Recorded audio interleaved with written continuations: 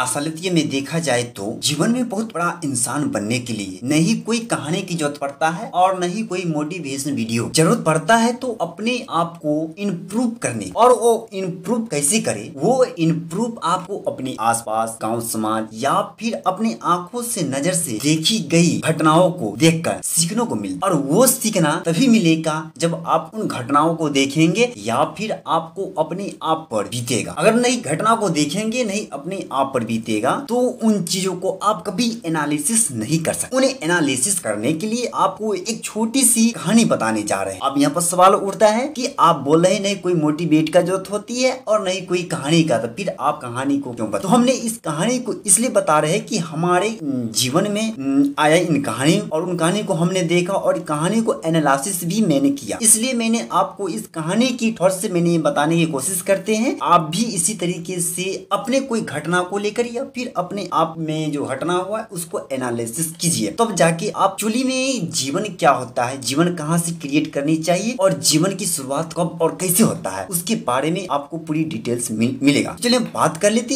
एक बार की बात, जब मैंने ट्रेन में सफर कर रहा था, तब काउंटिंग का जो गाड़ी में काउंट होता है, उस काउंटिंग का स्टाफ, दो स्टाफ एक सीट पर बैठा और दो स्टाफ आपस में बैठकर बातचीत कर रहा था और मैं भी वहाँ पर जाकर बैठने के दौरान वो कई बातों को अपने आप में एनालिसिस किया और एक दूसरे से डिस्कशन भी किया, जिसके दौरान वो उसका जो सीनियर था वो अपने जूनियर की बता रहा था, भाई कि मुझे आज ना कमाई नहीं हुआ। तो उसका जूनियर बोलता है भाई कोई बात नहीं है और आगे बहुत सारा स्टेशन बचा हुआ है, वहाँ पर जाकर कमाई। बोला कैसे? तो यहाँ पर सीनियर बोलता है कि मुझे कमाई होना होता और हो जाता। तब जूनियर बोलता है कि सर कोई बात नहीं अभी बहुत समय है कमाने। यानी उसको समझाने की कोशिश किया अभी सारे समय है कमाने का।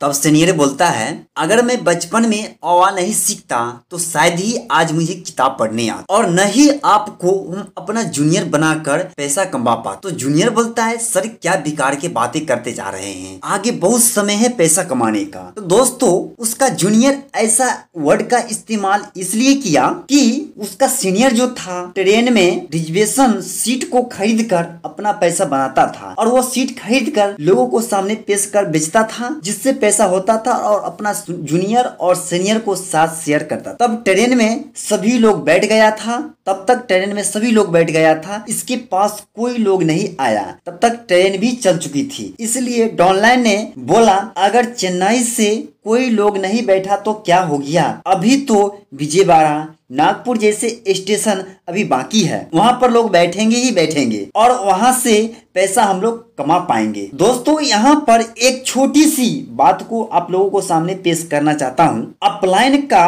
प्रश्न ये था कि बचपन में अवा नहीं सीख पाता तो मैं किताब पढ़ना नहीं पाता और नहीं आपको अपने आइडेंटिटी कार्ड को पर सिग्नेचर कर पाता। इसका मतलब ये हुआ कि कोई काम पैसा का हो या फिर स्टडी का हो, अगर शुरू में नहीं हो पाया तो लास्ट में कैसे हो पाएगा। इसलिए उस सब सुनकर चौंक गया कि संभव है या नहीं, फिर क्या हो सकता है या नहीं। इन सपने को और जरूरत से ज्यादा भी जिसे हम सही ढंग से इस्तेमाल नहीं कर पाते हैं, वही एक न एक दिन पछतावा के लिए आगे बढ़ जाता है। अपलाइन इन सब बातों को सुनकर डिमोटिवेट हो गया और कहना नहीं चाहता, जो होना होता है वही होता है। कुछ घंटे कई स्टेशन को बीतने के बाद जब बीत गया तो उनके पास ऑटोमेटिक आदमी आना स्टार्ट हो गया। एक सीट पर 3 लोग एक ही परिवार से आया और उसी सीट को तत्काल खरीद कर बैठ गया। उस व्यक्ति से पैसा बहुत कमाया क्योंकि उन तीनों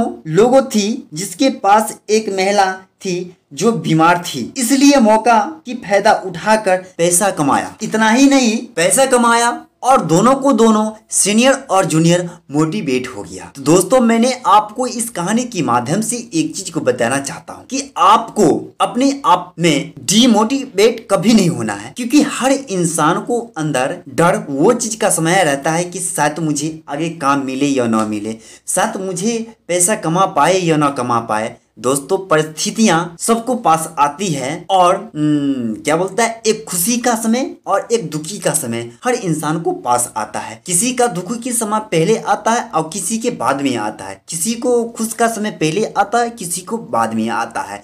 लेकिन जिसको दुख का समय पहले आ जाता है और लास्ट में जो खुशी का समय आता है, सोचिए वो भगवान का दिया हुआ एक वरदान है जिसमें आपको ये सब मिलेगा जो शायद ही पहले वाले खुशी में मिल पाता। तो अगर इन वीडियो से कुछ सीख मिला है तो अपने दोस्तों को साथ शेयर जरूर करें। और मुझे वीडियो को बनाने में बहुत सारा मेहनत लगता है, इसलिए एक सब्सक्राइब बनता है, तो सब्सक्राइब कर दीजिए। और अभी तक लाइक नहीं किए तो एक लाइक जरूर कर दीजिए और अपने दोस्तों को साथ शेयर जरूर करिए, क्योंकि इस चैनल के माध्यम से मैंने बहुत अच्छे वीडियो लेकर आते रहते हैं। इसमें आपको मोटिवेट ही नहीं, मोटिवेट से संबंधित और बहुत सारे तरीके बताते रहते हैं, जैसे कि बिजनेस से रिलेटेड। जैसे अगर आप बिजनेस करते हैं तो उसमें आप अपने कस्टमर से बातचीत कैसे कर सकते, इससे संबंधित कई वीडियो मैंने बना भी चुके हैं और बहुत सारे ऐसा वीडियो मैं लाने वाले हूं, जिससे आप अपने बिजनेस को स्टार्ट कर रहे हैं तो वहां पर आपको उस बिजनेस को करने में आपको उस वीडियो सेलेक्ट करेंगे, जिससे आप अपने बिजनेस को अच्छे से कर पाएंगे। तो फिर नेक्स्ट वीडियो मिलते हैं।